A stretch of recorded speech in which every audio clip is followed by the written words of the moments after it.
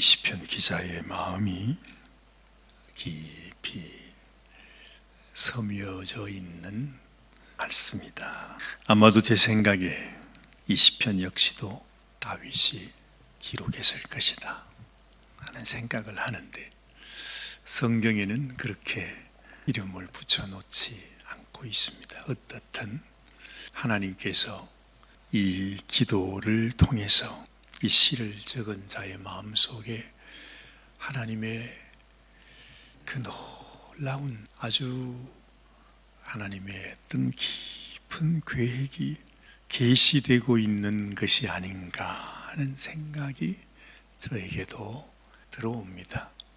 우리가 성경을 묵상하다 보면 성경 가운데 하나님이 우리들에게 주시는 아주 도도한 하나님의 메시지의 그 맥이 들어 있습니다. 우리가 그것을 깨달아 아는 것이 참 소중한 것 같아요. 말씀을 읽어가면서도 그 말씀 속에 하나님이 전하시고자 하시는 어떤 변함없이 흘러가는 하나님의 뜻을 우리가 감지하지 못하면 성경을 아무리 읽어도 이 성경이 우리의 심령 속에 그렇게 가까이 다가오지를 않습니다. 지금 계속해서 그냥 다윗이 아니면 다른 시편 기자가 하나님께 간절히 기도하는 내용을 우리가 묵상하고 있는데, 매일 아침마다 거의 같은 내용인 것 같잖아요.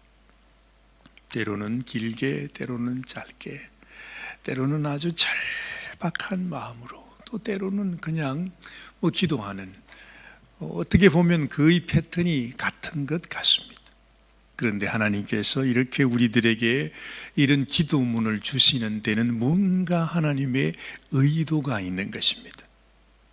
하나님께서 이 기도하는 심령, 특별히 이 다윗의 기도와 고백을 통해서 우리들에게 보여주고자 하는 어떤 하나님의 의도가 있다고 하는 거죠. 오늘 우리가 읽은 이 시편 71편 말씀을 통해서 마음속에 다가오는 하나의 감동이, 이 시편 기자를 하나님께서 구원하실 때에, 건지실 때에, 이 기도를 응답하실 때에 하나님은 무엇으로 그에게 응답하시기를 원하셨을까 하는 생각을 하게 되는 것입니다. 우리가 신약 성경 히브리서에 가보면 예수님께서 하나님의 그 놀라운 구원의 역사를 이루실 때에 그 절정은 바로 이것입니다. 하나님, 내가 이 땅에 아버지의 뜻을 행하기 위해서 왔습니다. 당신의 두루마리 책에 기록된 대로 내가 이 땅에 왔습니다. 내가 이제 당신에게 한 영원한 속죄 제물로 나를 드리기 원합니다. 그러니 하나님, 나의 이름으로 내가 하나님 앞에 행하는 이 놀라운 일로 인하여 하나님께 기도하는 자들을 하나님께서 사시고 하나님의 백성 삼아 주시옵소서. 그 주님의 기도가 나타나죠. 근데 그 말씀이 사실은 이 다윗의 시편 속에서 이미 예언된 말씀을 예수님이 그대로 하고 계신 것입니다. 그러면서 이렇게 그 히브리서는 그 장을 마치게 돼요. 우리 주님께서 이제는 그 하나님의 언약을 옛날에 모세를 통하여 준 돌비에 기록하지 않고 이제는 하나님이 주시는 영원한 언약을 우리의 심령에 기록하여 주셨다. 그 말씀을 하세요. 그러면서 뭐라고 말씀하시는고 하니, 이제는 내가 너의 죄를 다 사했으니, 다 용서했으니 너는 이제 더 이상 죄를 위하여 제사 드릴 것이 없느니라. 그렇게 그 말씀이 마무리를 해요. 하나님의 놀라운 일입니다. 너무너무 엄청난 것은 하나님의 모든 역사, 이 성경을 통해서 우리들에게 계시하시는 모든 하나님의 일이 바로 그렇게 맞춰진다는 것입니다. 우리 한 영혼을 죄 없이 하는 것, 이 죄악 가운데 심판받을 수밖에 없는 나를 전혀 심판할 것이 없는 하나님의 백성으로 하나님이 새롭게 빚어주시는 것, 이것이 하나님이 행하시는 귀한 일입니다. 그런데 우리는 이 시편 말씀을 통해서 그것을 우리들에게 전해줍니다. 그건 바로 뭐냐 하면 하나님의 의입니다.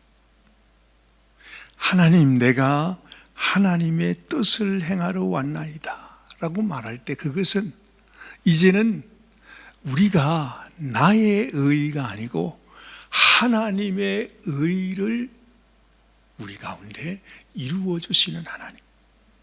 그래서 예수님께서 이 땅에 오셔서 처음 우리 세례 요한, 침례 요한에게 예수님이 다가와서 나를 침례해달라, 예수님이 말씀하잖아요.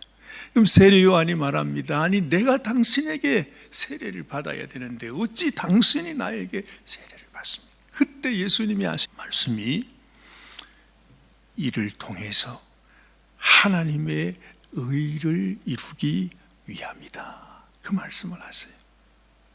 그러니까 예수님이 세례를 받으신 것은 한 제물로 우리의 모든 죄를 마치 제사 드릴 때에 그 짐승에게 안수해서 나의 죄를 그 제물에게 옮기듯이 예수님께서 자기가 죄 없는 하나님의 아들이지만은 제물로 이 땅에 오셔서 이 세상의 모든 죄를 예수님의 머리에 안수하고 거기에서 침례를 받으시는 그 모습을 우리들에게 보여주고 있는 것입니다. 이 시편 71편 말씀을 통해서 우리의 심령 속에 이 시편 기자가 말하는 것이 하나님, 나를 건져주세요. 하나님, 나의 영원한 반석이 되어주세요. 이 세상 악한 원수로부터 나를 지켜주세요. 근데 계속해서 나오는 말씀이 주의 의로, 하나님의 의로, 당신의 그 공의로, 나의 의가 아니라 하나님의 의가 나를 구원하시는 나의 반석이 되게 해달라고, 그 고백을 끊임없이 하고 있습니다. 그러면서 이 시편 71편의 마지막이 하나님, 당신의 그 귀한 일을 내가 전파하겠습니다. 그 놀라운 일 앞에서 나는 주를 찬양하겠습니다. 끊임없이 그렇게 고백합니다. 이 세상에 나를 모해하는 모든 원수들이 나를 만지지 못할 것을 믿습니다. 그 찬양. 여러분, 그 생각을 하면서 이 말씀을 다시 한번 읽어보시면은, 그랬구나. 시편 기자가 아마 자신도 몰랐을 것입니다. 항상 그렇듯이 내가 하나님 앞에 간절히 기도했는데 본인은 이 기도가 무슨 뜻인지 몰라. 우리도 그럴 때가 있습니다. 막 기도했는데 나는 뭔지 몰라. 그런데 그 기도 가운데 하나님의 음성이 있고 그 기도 가운데 하나님이 주시는 말씀이 있고 놀라운 하나님의 역사가 나타나는 것을 우리는 깨닫게 되는 것입니다. 오늘 2절 말씀을 보십시오. 주의 의로 나를 건지시며 나를 풀어주시며 주의 귀를 내게 기울이사 나를 구원하소서. 이 시편 기자를 구원하는 것은 다른 것이 아니라 하나님의 의입니다. 내 의가 아니라 하나님이 나를 대신해서 당신의 의로 나를 살려주시는 그 은혜를 구하고 있습니다.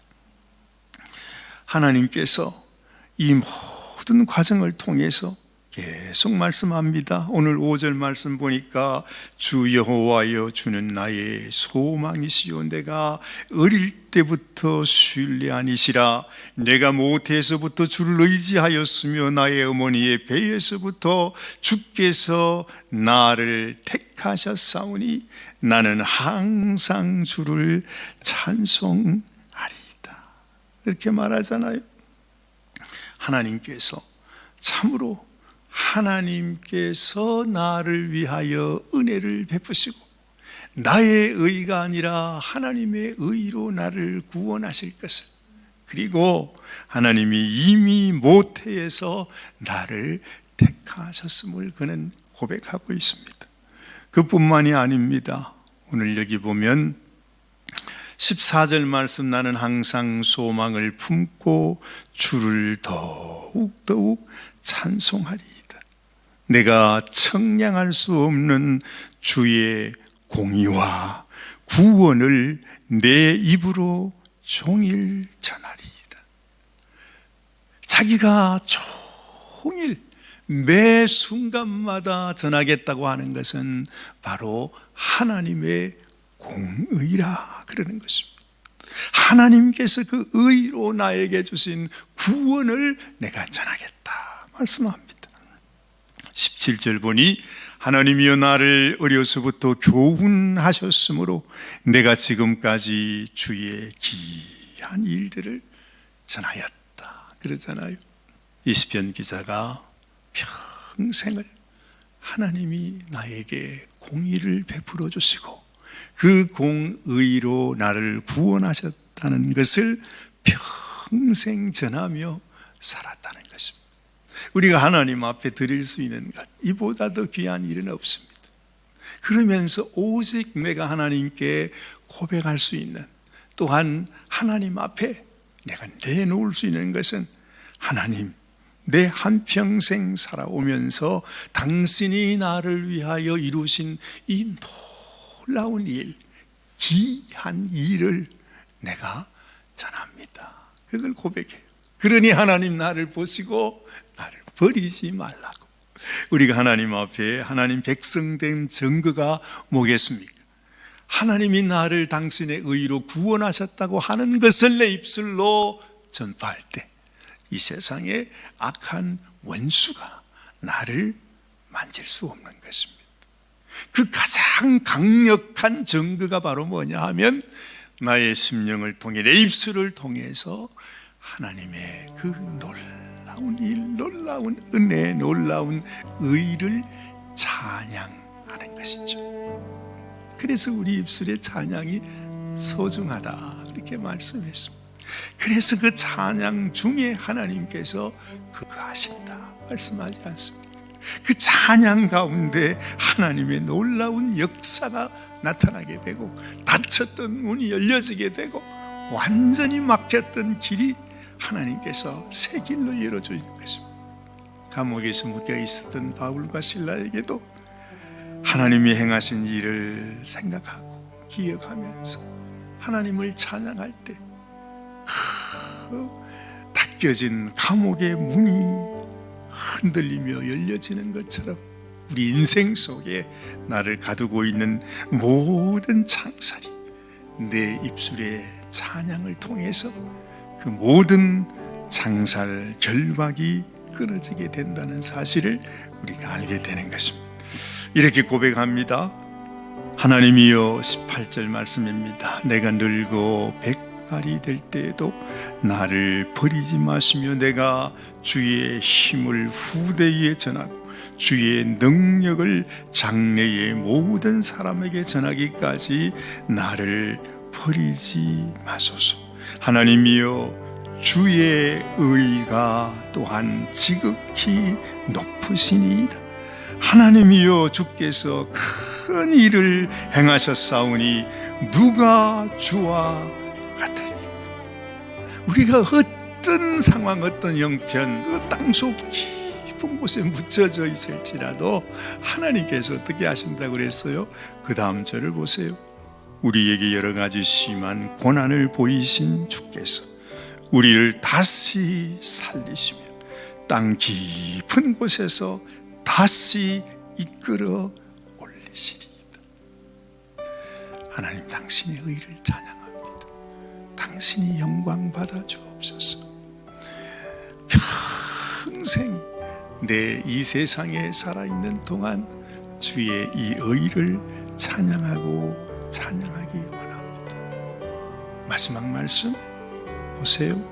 나의 혀도 종일토록 주의 의를 하나님께서 우리에게 주신 그 하나님의 의를 작은 소리로 읊조리오리니 나를 모해하려 하던 자들이 수치와 무한을 당함이니이다. 모든 악한 원수들이 물러가고 하나님의 놀라우신 은혜와 임재가 우리의 삶 가운데 함께하여 주신다고 고백하고 있습니다. 이러한 은혜와 축복이 저와 여러분들에게도 넘쳐나시기를 바랍니다. 기도하십시다. 하나님 아버지, 하나님의 그 깊은 마음을 우리가 어찌 알겠습니까? 아무리 우리가 입술로 설명하려 해도 우리를 위하여 행하신 그 귀한 일을 우리는 다 형연할 수 없습니다. 우리가 무엇이간데 하나님께서 당신이 인생의 몸을 입고 이 땅에 오시고 당신이 그 의로 우리를 사망 가운데 멸망 가운데서 끌어올리시며 우리로 하여금 영원한 생명, 영원한 나라의 기업을 허락하여 주신 것을 우리가 무엇으로 감사할 수 있겠습니까? 주와 같은 자가 어디에 있겠냐고. 하나님, 당신의 의의가 지극히 높으시다고. 하나님이 큰 일을 행하셨사오니 누가 주와 같으리까. 고백하는 이 시편 기자의 마음이 우리의 마음이 되게 하시고 오늘 이 아침에도 우리를 구원하신 하나님의 의, 그 의를 행하기 위하여 이 땅에 오신 예수 그리스도의 그 놀라운 사랑이 우리의 심령 속에 깊이 간직되게 하여 주시옵소서. 오늘도 우리를 사랑하시는 하나님 앞에 모든 영광, 모든 찬양, 모든 감사를 올려드리오며 우리 주님 예수님의 귀하신 이름 의지하여 간절히 기도드리옵나이다. 아멘, 아멘.